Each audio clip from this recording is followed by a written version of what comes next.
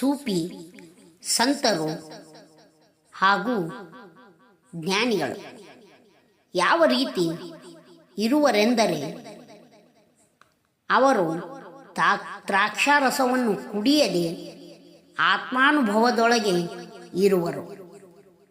ಅಂದರೆ ನಾವು ಕುಡಿದು ಅಮಲಿನಲ್ಲಿ ತೇಲಾಡುವೆವು, ಆದರೆ ಅವರು ತಮ್ಮದೇ ಆದ ಆತ್ಮಾನುಭವದ ಅಮಲಿನೊಳಗೆ ಸತತವಾಗಿ ಕುಣಿದಾಡುತ್ತಾ ಇರುವರು.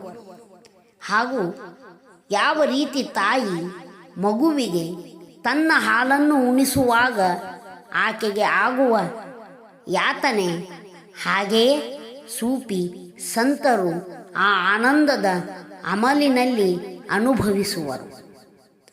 ತಾನು ಎಲ್ಲಿದ್ದೇನೆ ಎಂಬುದು ಅರಿಯದೆ ತಾನೇ ಸಕಲವನ್ನಾಗಿಸಿಕೊಳ್ಳುವರು. ಅಂದರೆ ಜಗ ಇದು ಕಾಣುವ ಒಂದು ವಸ್ತು, ಅದುವೇ ತಾನಾಗಿ ಮಾರ್ಪಾಡು ಆಗುವರು. ಏನೊಂದು ಅರಿಯದ ಕರುವಿನಂತೆ ಇವರು ಇರುವರು. ಸತತ ಆನಂದದ ಅಮಲಿನಲ್ಲಿ ತೇಲುತ್ತಾ ತೇಲುತ್ತಾ ಇರುವರು.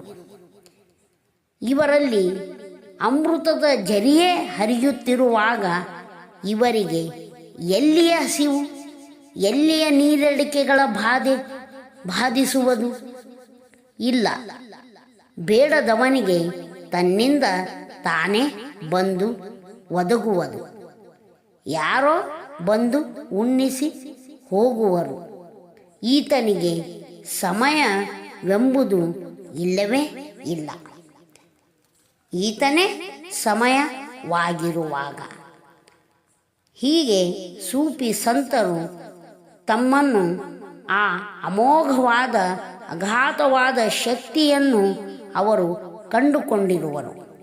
ಯಾವ ರೀತಿ ಮಗು ತಾಯಿಯನ್ನು ನೋಡಿ ಎಲ್ಲವನ್ನು ಮರೆಯುವಂತೆ ಈ ಸೂಫಿ ಸಂತರು ಆತ್ಮಾವಲೋಕನದಲ್ಲಿ ನೋಡುತ್ತಾ ನೋಡುತ್ತಾ ತಮ್ಮನ್ನು ತಾವೇ ಮರೆತಿರುವರು. ತನ್ನದೇ ಆದ ತೆರೆಗಳೊಂದಿಗೆ ಸಂವಹನದಿಂದ ಆಟವಾಡುತ್ತಾ ಇರುವರು.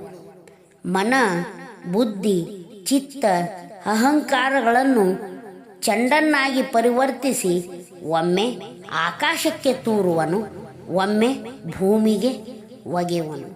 ಅಂದರೆ ದಡವಿಲ್ಲದ ಸಮುದ್ರ ಇವರು. ಧನ್ಯವಾದಗಳು.